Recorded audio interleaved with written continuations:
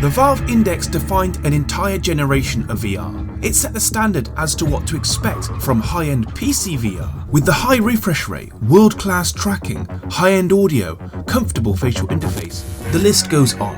But time has moved on, and the main reason for me making this video is some of you are still asking whether to buy the Index still today in 2023. But I'm here to show you an alternative that is cheaper and in some ways better than the Valve Index. This is the DPVR E4. So you might be wondering why initially I'm making this comparison, and the major factor here is price. And that's because brand new, both of these headsets are roughly the same price today in 2023, and I feel like the Index really set the standard for a great PCVR experience. But at the cost of an E4, you'll only be getting the Index headset itself, no controllers or lighthouse tracking, and that's about $500. You could consider this a budget PCVR headset for the price, but really that's based on that factor alone. And that's because there is no low-end competition in the purely PCVR space. As we know, majority of companies are focusing on standalone headsets. To some, this is great, but headsets like the Pico and Quest don't give perfect PCVR experiences, and that's due to the lack of DisplayPort. With native PCVR headsets, there is no comparison. No unusual performance issues relating to the streaming or compression of information, and all round a more solid, trustworthy experience. The Index was considered a high-end headset at the time, and the E4 really did surprise me at the level of quality you get for your money. And so before I get into the details, we will start with the specs. The E4 features a single LCD display at a resolution similar to the Quest 2 at 1832 by 1920, although it does have a slightly higher pixel density than the Quest 2. It runs at a smooth and consistent 120Hz and has 4 inside-out tracking cameras and a grayscale pass-through. It also features built-in audio and comes with 2 battery-powered controllers similar to the Quest 2. It uses a digital IPD adjustment from 54mm to 74, and while this might be a problem for some, I'm guessing this is the reason why the E4 has a slightly higher field of view than standard at 115 degrees diagonally. For me, where the E4 really stands out in terms of specs and feel is the weight. This weighs nearly half as much as an Index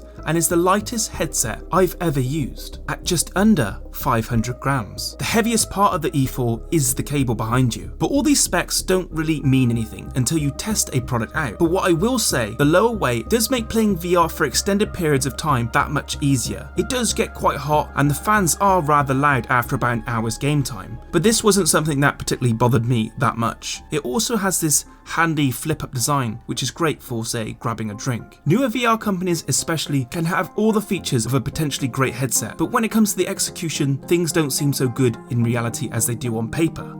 But that was what genuinely surprised me about this headset. To start, I was expecting a painful setup as usual, but I simply plugged it in, downloaded the installer, and that was quite literally it. Compared to a base station setup, you've already saved yourself about an hour minimum. Loading games was also no problem, and I had the headset up and running within quite literally 5 minutes. It's been a while since I used a tethered setup since using the Quest Pro as my main headset, but it reminded me how much I missed that DisplayPort. But one thing I was slightly apprehensive about was the lenses in the E4. They feature similar lenses to the Index and the Quest 2, and that of course is Fresnel, and that in my opinion is last generation optics. It seems today, in 2023, the transition to pancake lenses has begun, and probably due to cost, the E4 has Fresnel lenses, as you can tell by these rings. This is a comparison just for an example with the Quest Pro pancake lenses. I thought it was going to make clarity unbearable, as going back to my Quest 2 was nearly impossible after moving to the Pro, but the setup they have was actually really good. I honestly wouldn't have been able to easily tell the difference, as there is minimal light leakage, and I also didn't notice any God rays. With newer companies, one thing they do struggle to get right is tracking, and I was expecting less than perfect tracking. Going from base stations to inside-out tracking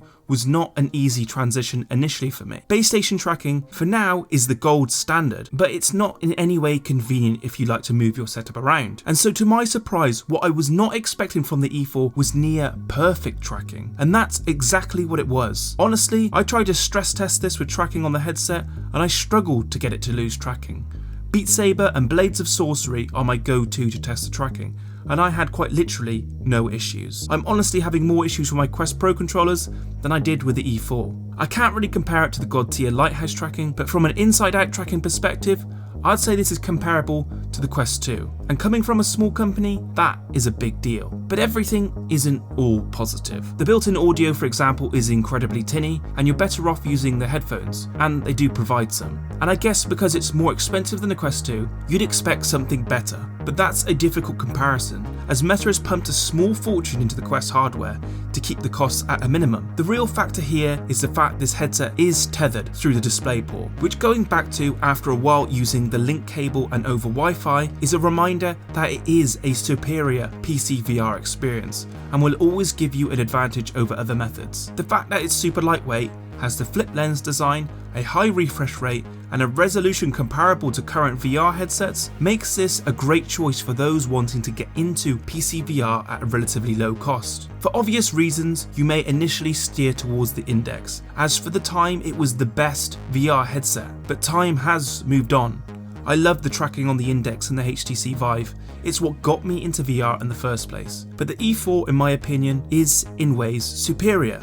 It uses tech that doesn't push the boundaries, but makes the headset incredibly stable, comfortable, and easy to use with minimal errors. The E4, in my opinion, is really good value for money, and while you might be put off by the lack of pancake lenses, it makes up for it in so many other ways. So if you're one of the many looking for a great PCVR headset, I highly recommend this one. If you're interested in the E4, DPVR have been kind enough to give a discount for $40 off the headset using code VIRTUALCHAP. I'll leave it down in the description. If you liked today's video, like and subscribe. And as always, I'll catch you on the next one.